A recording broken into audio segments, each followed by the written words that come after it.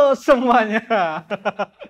Kembali lagi bersama saya Erwin Wu dalam acara 5 pertanyaan dari orang kafir. Nah, di episode kali ini saya masih bersama Pak Ustadz Ahong. Nah, kita mau mengingatkan lagi bahwa acara ini dibuat atas kerjasama dari Comika Media dan cariustadz.id. Nah, tujuannya adalah kita pengen buat ini bahwa kita ingin menunjukkan bahwa diskusi agama kita bisa bawakan, kita bisa bincangkan secara santai dan fun gitu, Pak Ustadz. Nah, karena kenapa diambil judul 5 pertanyaan dari orang kafir, karena kita ingin meluruskan kembali penggunaan kata kafir yang berarti orang yang tidak percaya kepada Allah sering disalahgunakan sebagai bentuk kata cacian. Nah, itu yang pengen kita coba luruskan, makanya kita pilih judul itu. Nah, kembali lagi sudah bersama saya Pak Ustadz Ahong. Sehat, Pak Ustadz? Alhamdulillah. Sehat. Sudah, karena ini episode sebelumnya ya. Jadi basa-basi banget kelihatannya. Nah, kembali di episode kali ini saya udah punya 5 pertanyaan dari teman-teman saya yang non-muslim yang ingin menanyakan mengenai agama Islam ke Pak Ustadz. Kalau ada jawabannya mungkin bisa dibantu jawab. Oke. Pertanyaan pertama dari Nikita Wali. Nah, pertanyaannya, apa itu rukun Islam? Apakah itu adalah anjuran untuk orang Islam agar rukun? Nah, itu bukan rukun Islam, itu bukan biar orang Islam kalau ngelakuin itu terus jadi rukun, bukan. Oh, bukan. Jadi tapi rukun Islam itu adalah suatu aktivitas yang mana ketika seseorang sudah melakukan hal itu sudah dianggap sempurna keislamannya. Udah dianggap sempurna keislaman. Nah, itu ada 5. Ada 5. Kalau orang mau jadi orang Islam, itu harus melakukan 5 hal ini. Tapi nanti ada 2 hal yang fleksibel. Yang pertama, orang harus baca syahadat. Asyhadu an la ilaha illallah wa asyhadu anna Muhammadar Rasulullah. Kemudian yang kedua, orang itu harus sholat. Ya, sholat 5 waktu. Terus yang ketiga itu puasa. Nah, puasa Ramadan. Yang wajib itu puasa Ramadan dalam Islam selama sebulan penuh. Nah, keempat itu bayar zakat bagi yang mampu gitu ya. Kecuali zakat fitrah. Zakat fitrah itu wajib. Zakat yang dibayarkan setelah kita selesai puasa Ramadan. Itu wajib bagi siapapun. Karena besarannya juga nggak terlalu tinggi gitu ya. Hanya beberapa 3,5 liter beras. 3,5 liter beras. Iya. Kemudian yang kelima itu haji. Naik haji. Oh, naik gitu. haji bila mampu. Benar. Betul. Saya takut salah, memastikan lagi. Mampu di sini maksudnya mampu duitnya, terus aman kondisinya, sehat keadaannya, badannya sehat.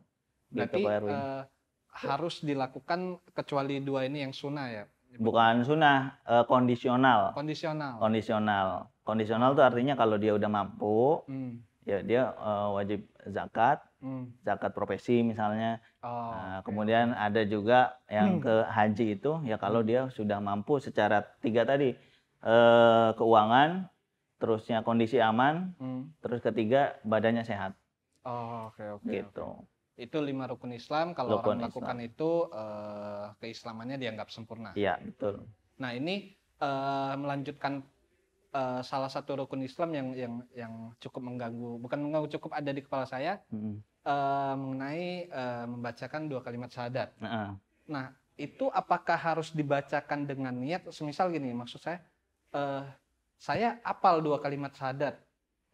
Tapi apakah kalau saya mengucapkan itu saya otomatis masuk Islam atau enggak?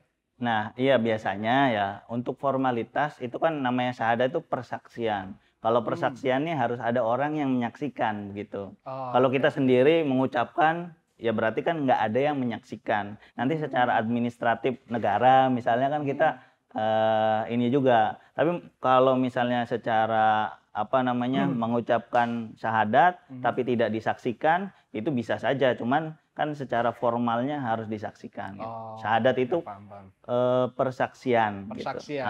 Jadi harus ada yang nyaksiin. Oke, paham. Makanya juga ada ininya kan, sertifikatnya gitu. Itu formalitas sih sebenarnya. Oh, ada sertifikatnya? Iya, kadang orang yang jadi mu'alaf itu ada dikasih sertifikat. Baru gitu. tahu. Iya. Pertanyaan berikutnya Pak Ustadz, pertanyaan kedua, ini ada titipan pertanyaan dari Cindy Kembar. Nah, dia nanya, kenapa orang Islam harus naik haji? Nah, ini juga pertanyaan. Saya udah ustadz tapi belum haji. Lucu sekali. Nih yang nanya salah alamat nih. Belum haji, ustadz tapi belum haji gitu kan. Nah, tapi begini sih. Tadi namanya rukun Islam itu kan biar sempurna lima-limanya dilakuin. Tapi terkait konteks haji itu kan nggak harus sebenarnya. Kondisional tadi. Kondisional. Yang mana punya duit gitu kan. Bahkan nggak wajib juga ngutang-ngutang. Kadang kan orang sekarang ada yang ini ya, sampai ngutang-ngutang tapi kewajiban pokoknya malah terabaikan. Nah itu nggak bagus juga gitu. Yang boleh minjam boleh minjam uang ke bank gitu selagi kebutuhan pokok sudah terpenuhi gitu kan. Terus tadi kemudian ya aman perjalanannya, nggak ada perang gitu di pesawat, nggak ditembakin gitu kan. Terus yang ketiga sehat badannya. Nah, kenapa sih ada haji? Jadi dalam Islam itu sebenarnya kita tuh seneng kumpul-kumpul, kongko-kongko gitu. Karena itu berangkat awalnya. Ya, jadi di Islam itu ada kongko harian, ada kongko mingguan, ada kongko tahunan. Ada jadwalnya. Iya. Yang harian tuh apa? Sholat berjamaah 5 waktu itu di masjid kan. Itu kan kumpul-kumpul kongko-kongko kan. Terusnya ada juga yang mingguan, setiap hari Jumat, sholat Jumat. Ya itu kita kumpul-kumpul. Yang tahunan yaitu haji. Gitu. Itu yang tahunan. Iya. Terus juga kedua, memang ini adalah tradisi dari agama-agama samawi, Yahudi, Nasrani, Islam gitu ya. Jadi ada bapak 3 agama, Nabi Ibrahim. Nabi Ibrahim itu adalah orang yang berjasa terhadap Ka'bah. Ka'bah dibangun itu inspirasinya dari Nabi Ibrahim. Kemudian juga misalnya di sana ada air Zam-Zam. Pokoknya semuanya hampir terkait dengan Nabi Ibrahim. Makanya hajinya ke sana gitu. Dan Nabi Ibrahim itu mendoakan penduduk Mekah itu biar tanahnya subur, secara perekonomian maju begitu. Itu ada doa dari Nabi Ibrahim sendiri gitu. Gitu kok. Makanya berarti kota Mekah itu dipilih oleh Nabi Ibrahim sebagai tempat haji. Haji ini ya tradisi dari Nabi Adam sebenarnya dengan cara yang berbeda-beda. Cuman dikukuhkan oleh Nabi Ibrahim. Gitu. Makanya di Mekah gitu. Di Mekah makanya. Nah, itu pertanyaan kedua. Nah, berikutnya pertanyaan ketiga, teman saya, seorang Muslim, dia sering mengajarkan saya bahwa agama Islam adalah agama yang mengatur hingga hal-hal terkecil seperti masuk kamar mandi dan bersin.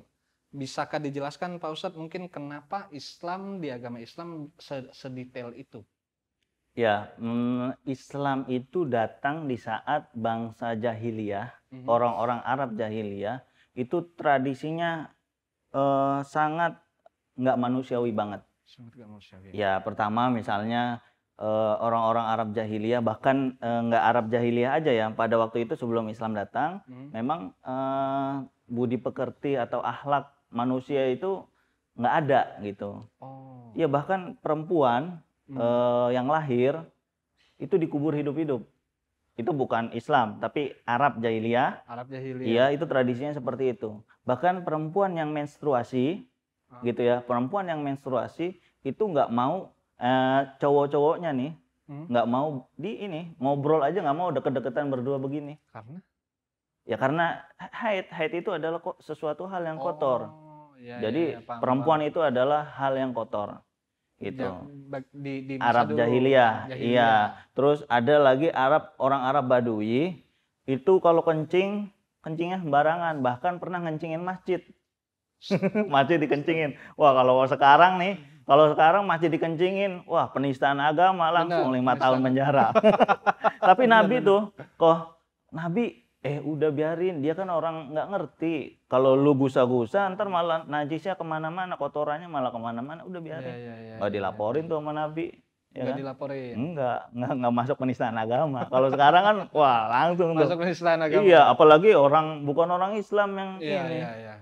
Ya kan? Nah itu. Nah di saat itulah Islam datang mengajarkan hal-hal yang kecil. Dari mulai masuk kamar mandi, pakai kaki kanan dulu. Gitu. Dari bangun tidur, masuk kamar mandi pakai kaki kiri, sorry. Pakai kaki kiri. Pakai kaki kiri. Jadi segala hal yang buruk itu makanya kaki kiri, pakai anggota kiri gitu ya. Nah, kemudian juga bangun tidur ada doanya, terus dan hal-hal yang kecil lainnya gitu. Lah, berarti kalau semisal kan dianjurkan pakai kaki kiri pas untuk masuk toilet. Kalau ada yang masuk pakai kaki kanan? Ya nggak apa-apa. Nggak apa-apa? Iya, itu kan anjuran aja, nggak wajib. Nah terus temannya ditarik gitu, lu kanan lu, set, jatuh kan. Udah kebelet ditarik, aduh nggak jadi.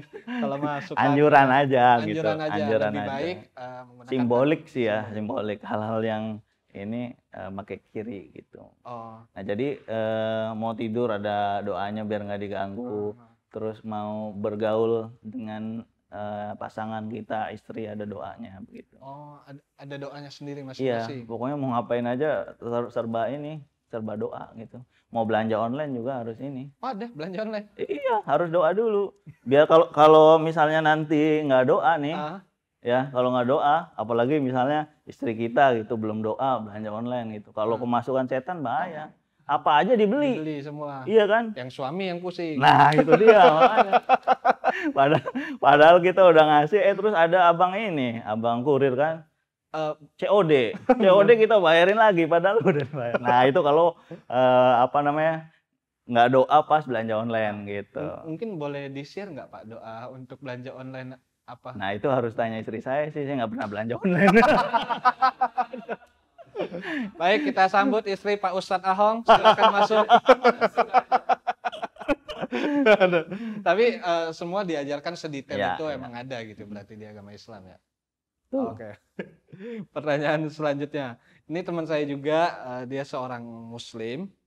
Dia sering sekali mengabaikan sholat karena menurut dia sholat itu adalah keinginan masing-masing.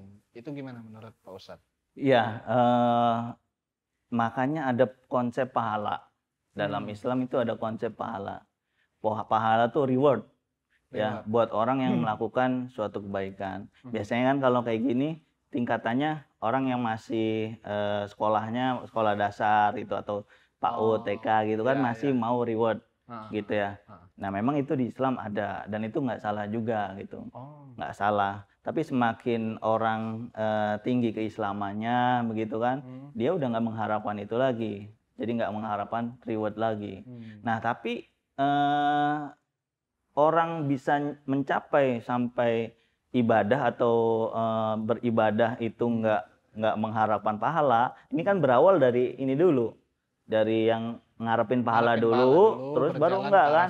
Nah, ini gimana cara orang ada teman muslim tapi gua mah males sekeinginan gua yang nggak bisa kayak gitu karena iya, jadi ketulusan itu harus dilatih. Ya orang melakukan sholat itu awalnya misalnya nggak tulus mau A, B, C, D gitu kan. Tapi kalau misalnya nggak dilatih dari awal, itu kan susah mencapai tadi yang beribadah hanya cinta kepada Allah yang Maha Esa, Tuhan yang Maha Esa. Gitu kok.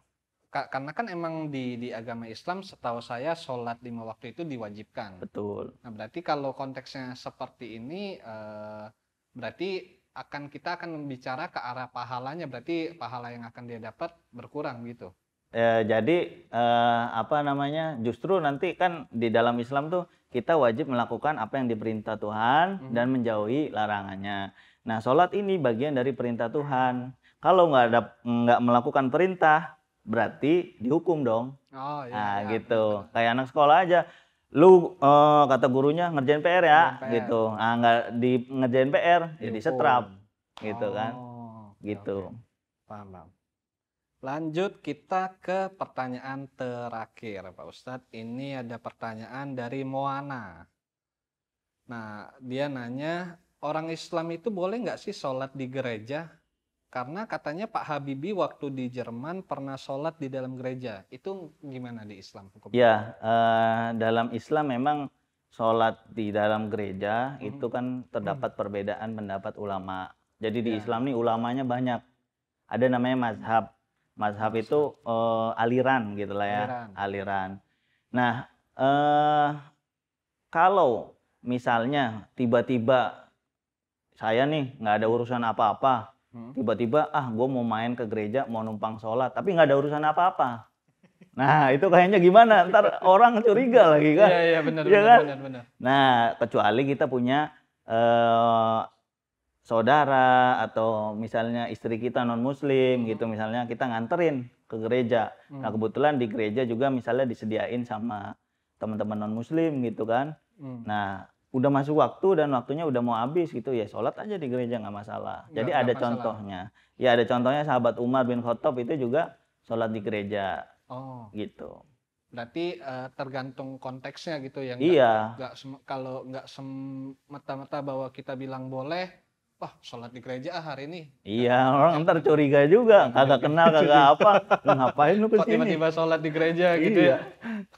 Nah, atau misalnya di dalam Islam itu kan, misalnya pasangan kita non Muslim, gitu kan, kita ngantar ke gereja, kita ngantar ke gereja, terusnya kebetulan waktu udah masuk waktu, emang di sana disediakan tempat khusus buat sholat gitu kan, ya udah sholat aja di sana. Nah, kalau nggak disediakan tempat khusus di gerejanya, apakah bisa di mana aja? Bisa di mana aja. Jadi dalam Islam itu semua hamparan bumi ini adalah masjid. Jadi yang penting tempatnya tidak ada kotoran. Kita bawa sejadah lah kalau mau itu niat banget sholat di gereja, kita bawa sejadah. Mau sholat di mana aja boleh. Berarti boleh, tergantung konteksnya seperti apa. Terima kasih buat teman-teman yang sudah menyaksikan episode kali ini 5 pertanyaan dari orang kafir. Kita buat acara ini adalah hasil kerjasama dari Comika Media dan cariustadz.id. Kita buat acara ini juga karena kita ingin menunjukkan bahwa diskusi agama bisa kita bicarakan, bisa kita perbincangkan secara santai dan fun. Jadi buat teman-teman yang mungkin punya pertanyaan mengenai agama Islam, bisa meninggalkan pertanyaannya di kolom komentarnya. Jangan lupa nonton, semoga ini bisa menjadi ilmu baru buat teman-teman semuanya. Dan saksikan episode berikutnya, acara 5 pertanyaan dari orang kafir. Bye. A'udzu billahi minasy syaithanir rajim. من ذا الذي يقرض الله قرضا حسنا فيضاعفه له أضعافا كثيرة والله يقبض ويبسط وإليه ترجعون